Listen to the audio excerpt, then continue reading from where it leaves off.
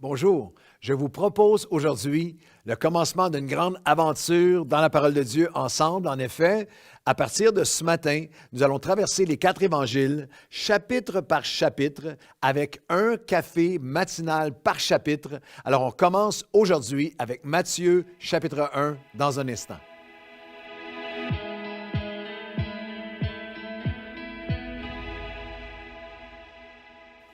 Bonjour à tous et bienvenue à votre café matinal. C'est très stimulant et inspirant pour moi de vous proposer ce pèlerinage dans la parole de Dieu ensemble. Nous allons traverser, je vous propose qu'on traverse ensemble les 4 évangiles, Matthieu, Marc, Luc et Jean, chapitre par chapitre, et on va tirer à chaque café matinal, on va couvrir un chapitre. Je vais en tirer un principe, une promesse, une pratique de vie et une prière pour chaque chapitre. Un principe, une promesse, une pratique de vie et une prière pour chaque chapitre. Je ne veux pas vous embêter avec l'arithmétique et les mathématiques de tout ça, mais il y a 89 chapitres dans les 4 évangiles cumulés. Alors, avec les cafés matinaux, Chantal va joindre moi aussi. On va bien couvrir les 4 évangiles d'ici la fin de l'année 2021. Alors, ça va être, je vous invite à vous joindre à nous. Ça va être quelque chose peut-être que vous n'avez jamais fait avant. Mais pour chaque, vous allez lire les chapitres et aller chercher une vérité de chacun des chapitres comme jamais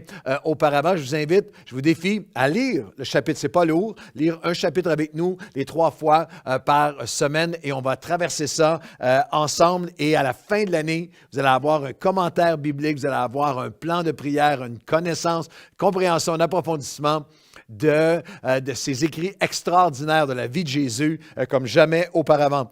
Augustin a dit, « La Bible est assez peu profonde pour qu'un enfant ne s'y noie pas, mais assez profonde pour qu'un éléphant y nage. » Alors, c'est pour vous qui vous êtes joints à nous pendant l'année, qui êtes novices, qui commencez à vous intéresser à la parole de Dieu, et c'est pour vous qui suivez le Seigneur depuis des années. Je crois que chaque chapitre regorge de pépites, de pierres précieuses pour nous. Ça va être extraordinaire. La Bible est le seul livre ancien dont l'auteur est toujours vivant et va nous parler encore aujourd'hui. Alors, êtes-vous prêts? On s'en va à Matthieu, chapitre 1, je vous invite à lire le chapitre autour de cette journée. Et notre titre pour Matthieu 1, « Libérer des étiquettes ». Libérer des étiquettes. Le Nouveau Testament en entier, qui commence avec Matthieu 1, bien sûr, c'est important de savoir qu'entre la dernière page de l'Ancien Testament, la fin du prophète Malachie, et le commencement du Nouveau Testament, il y a en fait 400 ans. Il y a 400 ans de silence, 400 ans où le peuple s'était éloigné de Dieu. Et la première pensée qu'on doit considérer lorsqu'on regarde dans Matthieu chapitre 1, c'est que Dieu n'abandonne jamais dans son désir et son intention de te libérer des étiquettes du passé. Quelle que soit l'étiquette qui peut être sur notre vie, générationnelle, une étiquette sociale, culturelle, familiale, religieuse, spirituelle, étiquette de santé mentale, étiquette de nos erreurs, de nos faillites, de nos échecs passés, de nos craintes et peurs et carences passées, regrets ou tragédies. Dieu est infini dans son désir de continuer. 400 ans où de génération en génération on pouvait penser que tout a terminé, mais Dieu dit non, j'ai encore un plan. L'Évangile de Matthieu commence. Le Nouveau Testament est la plus extraordinaire de toutes les histoires. Souvent, les histoires commencent, on pense il était une fois dans une contrée lointaine, et le Nouveau Testament, c'est la plus extraordinaire de toutes les histoires. C'est l'histoire du salut, du pardon, de la rédemption, de l'espoir, des clés de la vie abondante sur cette terre et de la vie éternelle en Jésus-Christ. Toutes les questions existentielles de l'être humain qui sont là. Alors, pourquoi est-ce que l'Évangile de Matthieu commence-t-il avec des généalogies? Lorsque vous lisez les premiers 17 versets de Matthieu, chapitre 1, c'est des généalogies, c'est le ancestry.ca de Jésus. Et on regarde au verset 17, le résumé, il y a donc en Matthieu 1, 17, Il y a donc en tout 14 générations depuis Abraham jusqu'à David, 14 générations depuis David jusqu'à la déportation à Babylone et 14 générations depuis la déportation à Babylone jusqu'au Christ. Pourquoi ces généalogies? Parce que les évangiles et parce que le message des évangiles n'est pas un récit historique ou une légende, c'est une histoire qui est vraie, qui est historique, qui est fondée dans l'histoire de génération en génération de Dieu avec son peuple et la patience de Dieu envers son peuple pour amener le salut. Luc, l'historien et médecin, l'explique dans un autre des évangiles qui nous donne un peu l'esprit des évangiles. Dans Luc, chapitre 1, il dira « J'ai entrepris de composer un récit des événements. » Il parle de recherche exacte depuis leurs origines, les témoins oculaires, de te les exposer d'une manière suivie. Alors, il y a dans le commencement de Matthieu ce rappel avec cette liste de quelque chose d'extrêmement important. Ce qui rend cette liste si extraordinaire, c'est qu'elle est truffée de personnes avec de très mauvaises étiquettes sur leur passé. Je vous propose cette aventure-là parce qu'elle est fascinante. C'est important de comprendre que la liste des généalogies de Matthieu 1 comprend tellement de personnes avec des étiquettes de vie sombres sur le passé, imparfaites, tachées, souillées, des étiquettes en réduction. Vous savez, lorsque des ventes dans les grandes surfaces est en réduction, qui a perdu de la valeur. Et il y a plusieurs des personnages dans la généalogie de Jésus qui avaient eu des saisons tellement sombres et qui étaient, l'étiquette qui était sur leur vie était loin d'être parfaite. Pourquoi est-ce que c'est important? C'est notre deuxième pensée. Parce que cela nous révèle que Jésus veut s'associer avec chacun de nous, quelle que soit l'étiquette de notre passé. Quel que soit ce que nous avons fait, ce que nous sommes devenus, ce que nous sommes en ce moment, ce qui nous fait peur pour l'avenir, nous ne sommes jamais hors d'atteinte de son amour, quelle que soit l'étiquette qu'on a pu mettre sur nous. Contrairement aux cultures et coutumes des historiens de l'époque, Matthieu n'a pas caché ou couvert ou réarrangé la généalogie de Jésus. C'est important de savoir que les historiens de toutes les époques, mais particulièrement de ces époques, réarrangeaient l'histoire. Les batailles perdues devenaient des batailles gagnées et les historiens étaient littéralement à la solde des Césars et des empereurs et des rois qui réécrivaient l'histoire. On sait même que les Césars pouvaient même non seulement réécrire l'histoire, mais pouvaient même congédier leur fils de sang et s'engager, aller se chercher, se choisir, se nominer un fils. C'est à partir de maintenant, c'est toi qui vas être mon successeur parce que le mien n'est pas selon mes attentes. Mais dans la généalogie de Jésus, dans sa lignée, dans sa descendance, il y a toutes sortes de personnages imparfaits. De Abraham, le père de la foi, avec toutes ses imperfections, à Jacob, à Judas. C'est intéressant que ce n'est pas Joseph, avec la vie si inspirante, si parfaite qui est dans la généalogie. C'est son frère Judas, et vous irez voir dans la Genèse, avec sa vie infiniment imparfaite, jusqu'à l'inclusion dans la généalogie de Jésus de Rahab. Rahab, qui était une prostituée. Rahab, la prostituée dans le chapitre 1 et le verset 5. Salmon engendra Boaz de Rahab, et Boaz engendra. Alors, il y a au centre de cette... Et ça, c'était stupéfiant pour tous la culture de l'époque, d'oser inclure l'imperfection de cette femme Rahab qu'on retrouve dans l'Ancien Testament. Rahab, qui dans le livre de Josué, place sa foi en Dieu et elle se retrouve dans le livre aux Hébreux, dans l'Épître aux Hébreux, dans la liste du temple de la renommée des héros, des héroïnes de la foi. Hébreux 11, 31. C'est par la foi que Rahab, la prostituée, ne périt pas avec les rebelles. Et elle est devenue littéralement l'arrière-grand-mère. Ce n'est pas seulement son passé qui est effacé, mais elle devient l'arrière-grand-mère de David, l'homme selon le cœur de Dieu.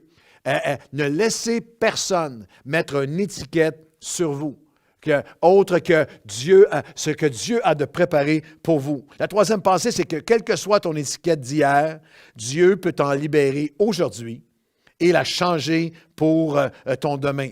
Ton passé n'a aucun avenir. La terre n'a pas de souffrance que le ciel ne peut guérir, ne peut réparer. Presque dans toutes les mentions du nom de Rahab, dans l'Ancien et le Nouveau Testament, il y a toujours la mention Rahab, la prostituée. Comment est-ce que vous aimeriez ça? Comment est-ce que je vivrais ça? Qu'à chaque fois qu'on mentionne mon nom, on y attache l'étiquette de la période la plus sombre, la plus douloureuse, celle qui me fait le plus mal, celle dont j'ai le plus honte de ma vie. Si le temps guérissait tout, nous n'aurions pas besoin de Dieu. Mais ces généalogies sur toutes ces générations nous rappellent qu'avec Dieu, quelle que soit l'étiquette du passé, ce qui est magnifique, c'est que le seul endroit où l'étiquette du passé de Rahab a été effacée, et lorsque nous la retrouvons, lorsque son nom est connecté avec celui de Jésus. J'aimerais dire aujourd'hui que si tu connectes ta vie, ta destinée avec le nom de Jésus sur ta vie, par le pardon et le salut en Jésus-Christ, Emmanuel, Dieu avec nous, il efface toute autre étiquette. Rahab aurait pu conduire sa vie en regardant pour toujours dans le rétroviseur de son passé trouble et de l'étiquette passée, mais elle a choisi de conduire sa vie en regardant dans le rétroviseur, non pas dans le rétroviseur, mais dans le pare-brise de l'avenir que Dieu lui préparait. La seule façon que notre passé nous relâche est lorsque notre futur est connecté avec le nom de Jésus. Et c'est pour ça que Matthieu chapitre 1 nous rappelle, c'est là qu'il y a la première annonce. Elle enfantera un fils, le verset 21. Tu lui donneras le nom de Jésus. C'est lui qui sauvera son peuple de ses péchés. Et cela arriva afin que s'accomplisse ce que le Seigneur avait annoncé. La Vierge sera enceinte, elle enfantera un fils. On lui donnera le nom d'Emmanuel, ce qui signifie Dieu avec nous. Le nom qui en fait va effacer toutes les autres étiquettes possibles qui ont été mises sur nous. Dans le livre que j'ai écrit, Moi et ma maison, 52 pensées pour la famille moderne, j'ai un chapitre entier sur comment, j'appelle ça la parabole de l'apôtre Paul et des jeans déchirés. On parle d'étiquettes et je termine en vous lisant cette portion. Il y a plusieurs années, un article consacré à une entreprise américaine spécialisée dans la fabrication de jeans déchirés. Vous savez que c'est la grande mode, bien sûr. Hors de prix a retenu mon attention en raison de l'inscription qu'elle avait été choisie de mettre sur l'étiquette des pantalons.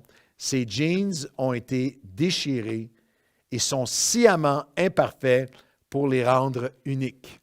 Et c'est ce que Dieu dit aujourd'hui. Tu n'es pas limité aux étiquettes du passé. Ne te limite pas à l'étiquette du passé. Et même dans la grandeur de Dieu, dans la grâce de Dieu, dans la grâce d'Emmanuel, Dieu avec nous, non seulement est-ce que nous ne sommes pas limités dans l'étiquette de notre passé, mais Dieu transforme les déchirures de nos vies, nous rendent uniques, uniquement qualifiés pour le servir. Entre les mains de Dieu, votre déchirure, votre étiquette ne sera plus un obstacle ou une excuse. Vos défis seront une occasion pour que Dieu agisse en vous. Vos troubles deviendront votre témoignage. Vos faiblesses aiguiseront votre foi. Vos ruines vous rendront résilients.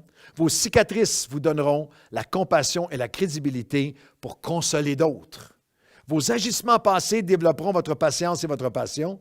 Votre instabilité passée, ça c'est l'étiquette passée, fera de vous un intervenant perspicace. Ce qui vous a accablé vous rendra apte à aider les autres et vos épreuves vous équiperont pour ce que Dieu vous appelle à accomplir. Matthieu, chapitre 1, te dit à toi et à moi, quelle joie, quel espoir, je peux être libéré de toutes les étiquettes du passé. Seigneur, merci pour ta patience infinie.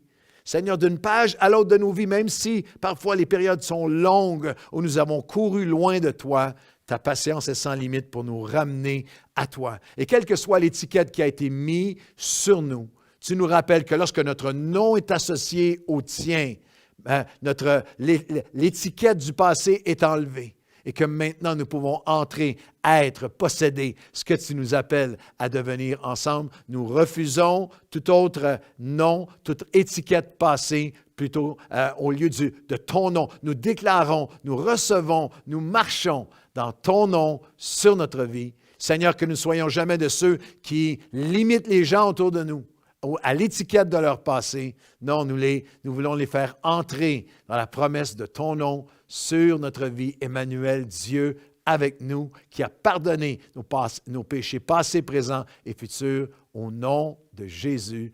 Amen et amen. Marchez la tête haute aujourd'hui, libérés de toutes les étiquettes du passé.